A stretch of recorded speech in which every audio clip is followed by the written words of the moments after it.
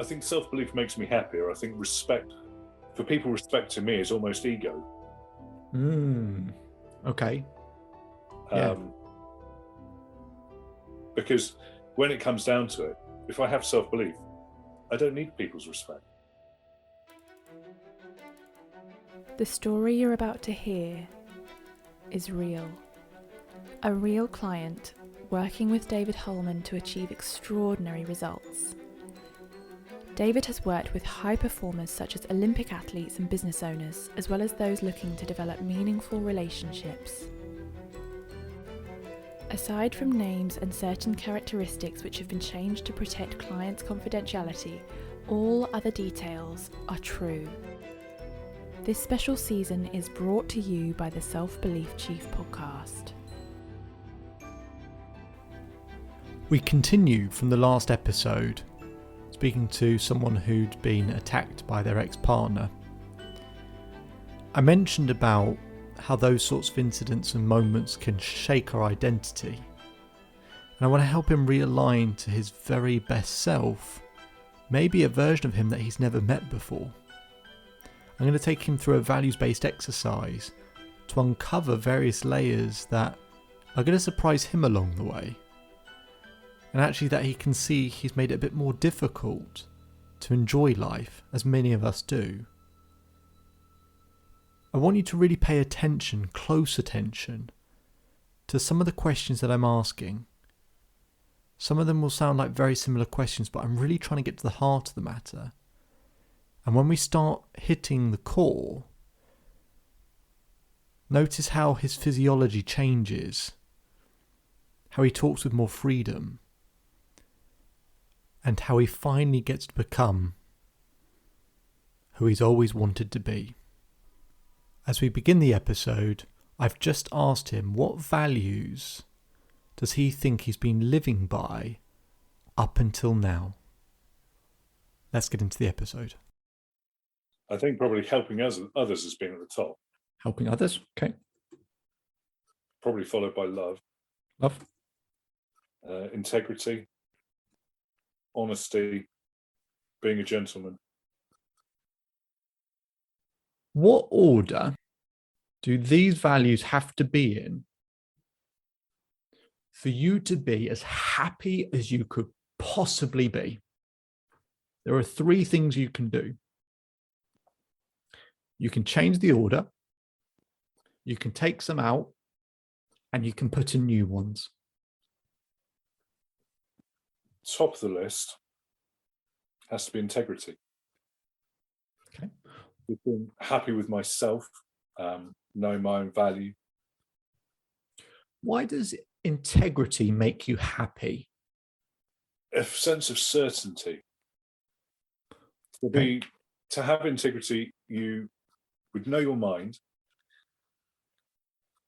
have the certainty in your actions, and whatever other people may perceive about, their perception of things, to be certain in yourself. Okay. Why does certainty make you happy? Because it prevents or reduces anxiety and procrastination. Okay. I'm going to ask a load of annoying questions, so bear with me. Why does reducing anxiety make you happy? Because I'm not worrying about what other people think, what other people are doing, whether my actions are hurting other people, and having a sort of a worry that I'm not being fair to myself or others. If you're not worrying, what does that allow you to do instead of worrying? Get things done. Better with people. Good. What was that last bit? Communicate better with people. Communicate better with people. Good. Why does communicating better with people make you happy? I feel more confident. Feel more confident. Good. Why does confidence make you happy? I promise this interrogation will end soon, but it's a greater sense of well-being and value in myself. And you said about, one word you used therefore is well-being. Okay, good. And the other side of it is you said it allows me to get things done. Doing what things make you happy? My work, but not being efficient, and the satisfaction and the feeling I get once I know I've done my work to the best of my ability and I'm happy with the results, but also then being able to step away and go and do things without, whether it's the garden or doing some bits and pieces for myself, or when I've got the children, having the satisfaction of their enjoyment, and not having it cluttered with, I've still got to get this done, I haven't done this yet, or this went wrong, what did I do wrong, and various other things. Good. So the reason I ask the sequence of questions is because we're asking the question, what would make you as happy as you could possibly be? And you said integrity, which nothing wrong with that. Great. But I just wanted to test the waters. Why does integrity make you happy? Well, it gives me certainty. Is certainty about being happy, or is it about not feeling unhappy? Yeah. So I asked the question, okay, so what about certainty? Well, it allows me to do this better. Well, what does doing those things allow you to do? Or if that's certain of that sorted, what does it allow you to do? Where we got to, you say these words in a different way to all the other words you're talking about. When you talk about well-being or satisfaction or being able to enjoy time with your children, it doesn't have the intensity of integrity and certainty. My argument might be, only based on the way that you reacted to talking about each of those parts, is that it's not that it's integrity and certainty that make you happy. It's that those things allow you to do the things that make you happy. Yeah. So you can keep integrity, by the way. It's not for me to say what should be in this list.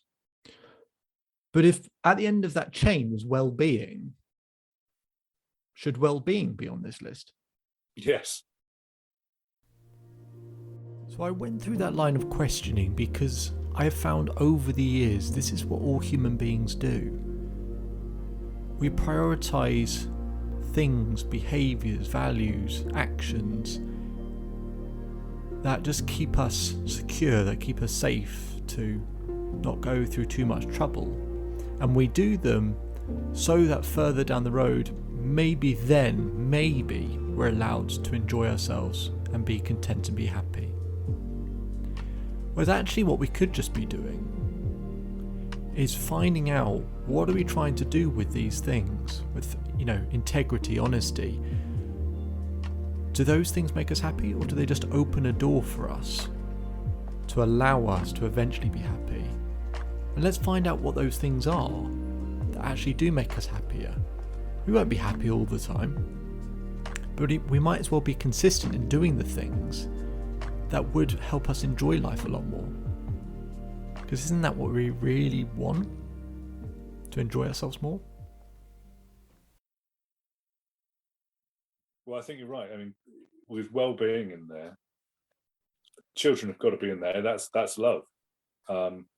There's family in general, but okay, you can put family. Yeah. I think honesty and integrity kind of go hand in hand. Absolutely. Yeah.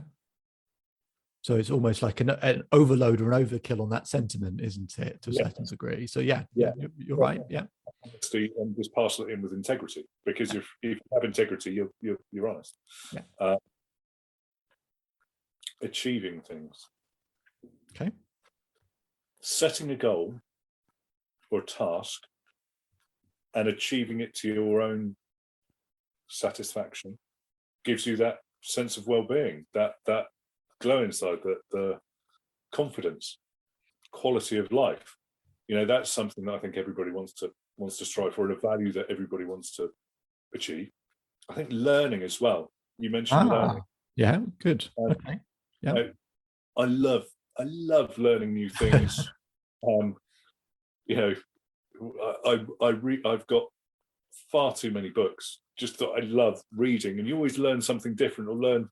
I'm reading P.G. Wodehouse at the moment. I've just bought some Oscar Wilde, and all that. You just sort of soak in the language, and yeah, I think it's fascinating. Great. And that's gives me, achievement and well-being and that kind of thing as well. Good. I'll always be a gentleman because that's just how I was brought up. Does it make you as happy as you could possibly? If it does, great. Does it make you? Yeah. Yeah, I think maintaining that standard that doesn't lessen to other people. Okay. Going back to the situation that developed last week, I was always brought up that when everybody else around you is losing their head, you keep yours. Mm-hmm. Crisis management.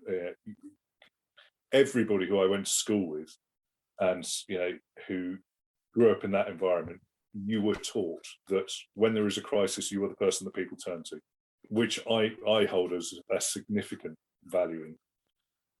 And as always, I've been in shops which have, we've had guys come in with hammers trying to smash through the windows and stuff. And whilst everybody else is crouching down and gibbering like idiots, I'm the one that was, cool, calm, collected, and just got things done. Mm. I think appreciation is very important. Not only appreciating my own efforts, but also in others as well. Saying thank you to the postman and appreciating the efforts they go through. Yeah. Or I think that's a really important thing. Mm-hmm. Good. Yeah. I think that kind of in respect, and again, not respecting other people, their lives, their standards, their values, but also respecting my own. Okay. Why does respect make you happy? Not why is it a good thing or makes you feel good? Why does it make you happy? I think it's a courtesy. I think it's a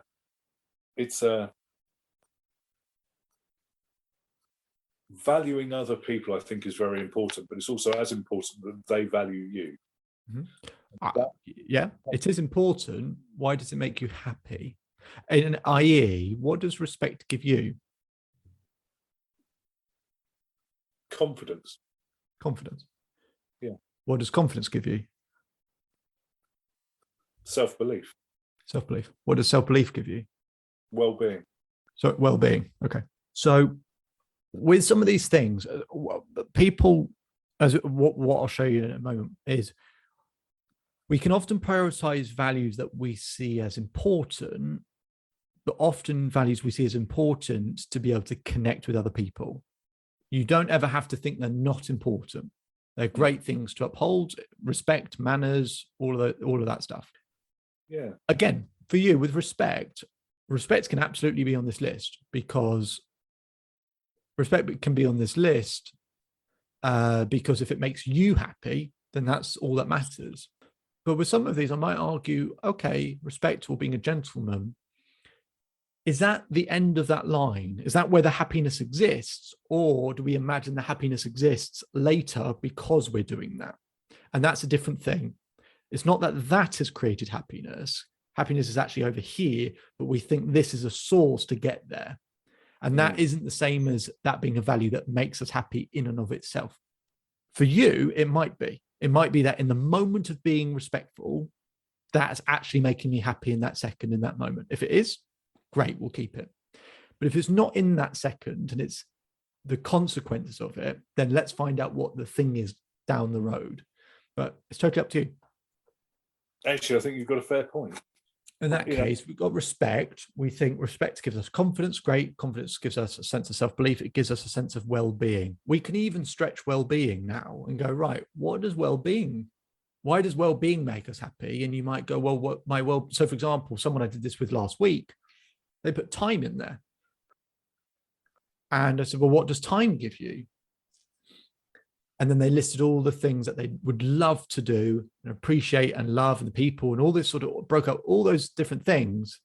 And so what we had with inside time was actually 10 values that he really valued. And then they all went in there instead of one thing that was time.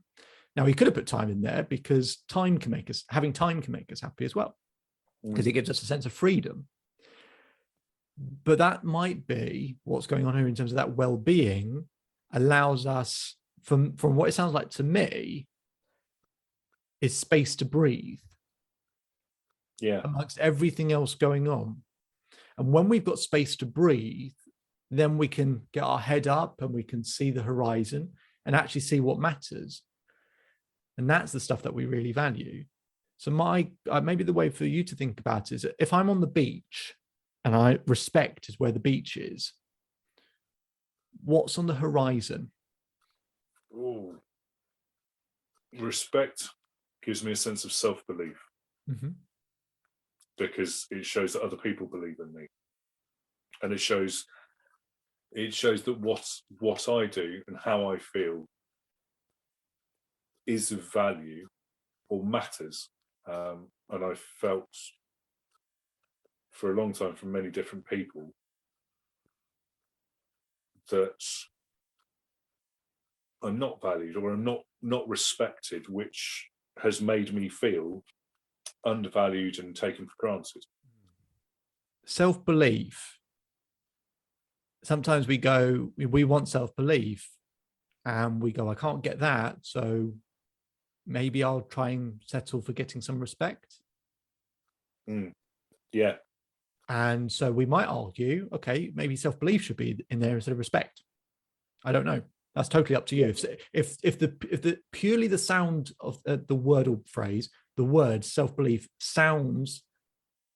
that sound makes you happier than the sound of respect, or if it gives you a greater sense of ease and freedom and makes you happier in that sense, then let's put that in there. Well, I think self-belief makes me happier. I think respect, for people respecting me, is almost ego. Okay. Yeah. Because when it comes down to it, if I have self-belief, I don't need people's respect. Good. Good. That's a really it's quite a profound point you make, because one of the problems, I did a talk quite recently on sort of today's generation, I guess, and what's happened was 100 years ago we valued character, and today we value personality. Personality is what you show outwardly and externally and receive, and character is about what you're actually doing internally and sharing. Yeah. Personality is what do I show and get, and characters, who am I and what do I share?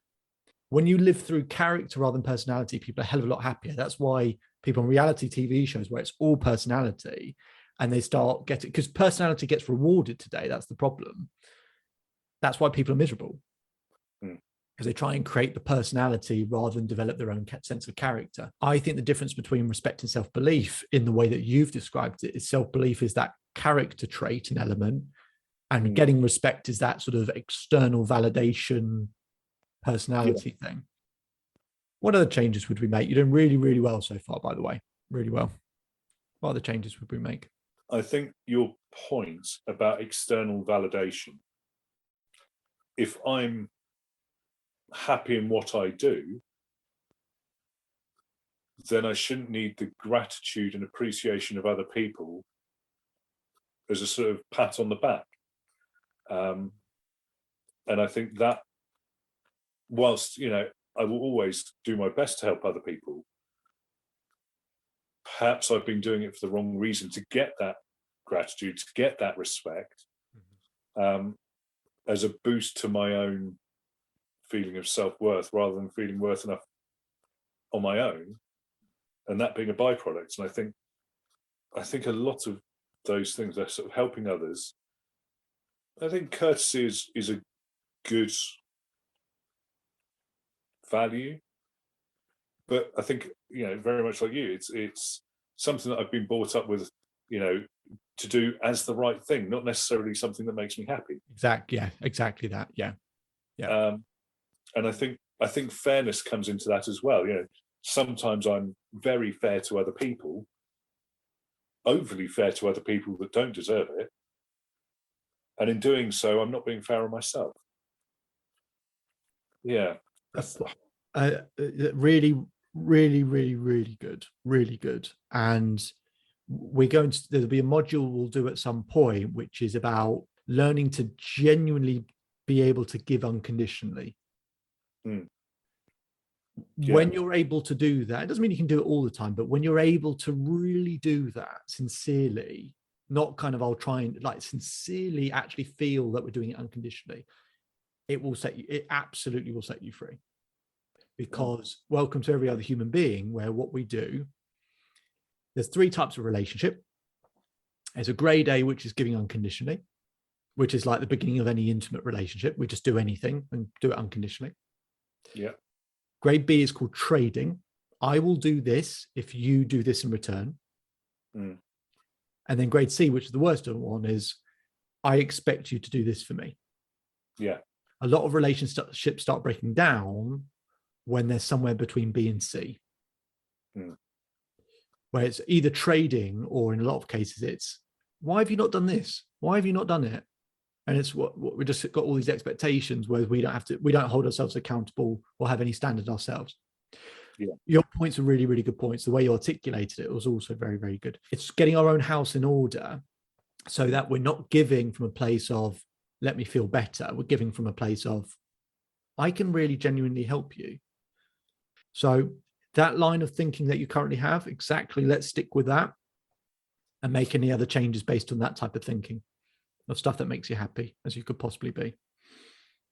Well, I think self-belief needs to go probably third. Third, okay.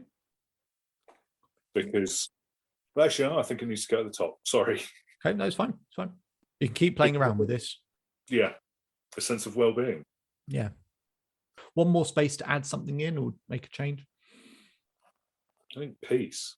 Good one. Followed by quality of life. How does that make you feel? Yeah, pretty good. Good. Yeah. Let's play a game where you put a coaching hat on for a moment and see if you can spot what's going on.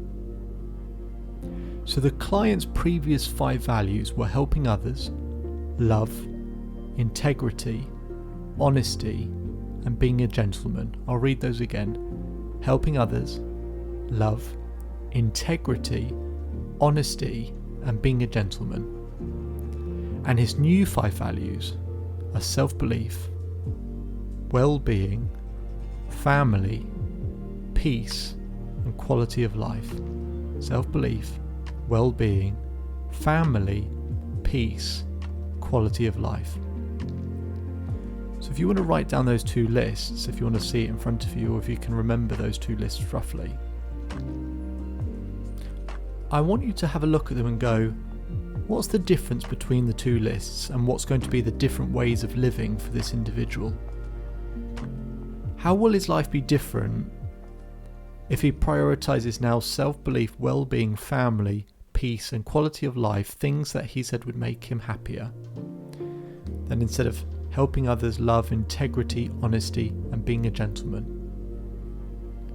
How do you think his life will change if he changes the bullseye for his life? If he changes the target? Well, I'm about to ask the client this very question, and then I'm going to share what I can see as well. I wonder if you got the same answer. Let's find out. Okay, I'd like you to look at the top 5 we have on the left here, and the top 5 we have on the right here. What do you see as the difference between those 2 top 5s? None of them are the same. I mean, love and family. But that's, I mean, looking at it almost a completely different way. Love in relationships and that kind of thing as well. And actually, family is what's really important. Okay, good. What else do you see as the differences? I think, well, of those first 5, they're all external. They're all things to do with other people. Okay. So here's what I see. So firstly, the point you made is absolutely right. we can't be happy all of the time, but we can at least be content, right? Or try and be content most of the time. But nonetheless, everyone has the target of trying to be happy. What I find with most people is if happiness is facing this way, everyone's facing this way. Yeah. That their list is nowhere near the target or what actually makes them happy. Mm. So here's the difference I see between those top fives. The list on the left, I think, by the way that you described each of them, helps you avoid pain. Yeah. If I help people enough, or if I have enough integrity, or if I'm honest, or if I'm a gentleman, then I won't experience as much pain. And I say that because you literally said those words at one point. Yeah. The list on the right helps you access pleasure. Yeah. It's great to see the smile on a client's face when they start to see what the bullseye for their life is, because we all want to enjoy ourselves or be content or find some happiness. But I find most people just don't know what that bullseye looks like. He now knows, not because I said what it is, but he's told me. Family, well-being, self-belief, peace, quality of life. They're his values, and he can make all his decisions or choose the actions he's going to take or follow a direction for his life, all based on those 5 values as his North Star, as a bullseye. You can do the same to find out what that bullseye is for you, to make life easier, to enjoy yourself more. It doesn't always have to be so complicated. Now, the next step I do with this client is showing them how to meet those values all of the time by investing in lots of different places to meet each of those values. Not just achieve that value in one place, but achieve it in 50 different ways so that they always have those values every single day and they're never without them. But I just wanted to show you this initial step because once you know that bullseye, the weight that comes off your shoulders, the hope that you then have, you realise that we've been overcomplicating it for such a long period of time. And I remember someone doing this exercise with me and I just realised how difficult I was making things. I did this exercise with this client, as I said, after the situation, the attack that he'd been under. It can shake our identity, something that I think he'd been questioning already anyway. I wanted to not only firm it up, but make him so unbelievably compelled by this new vision, this new identity. One that I'd actually get him to give a name to as well. A new name, so that he can always go back to and return to that identity. And in the future, he can continue to look after himself because he can always make an adjustment to those 5 values. He can always introduce a new one and take one out just to keep making things better and keep improving things. And you can do exactly the same. My name is David Holman. If you change today, today will change your life. So enjoy the rest of your day, enjoy the rest of your life, and I'll speak to you again soon.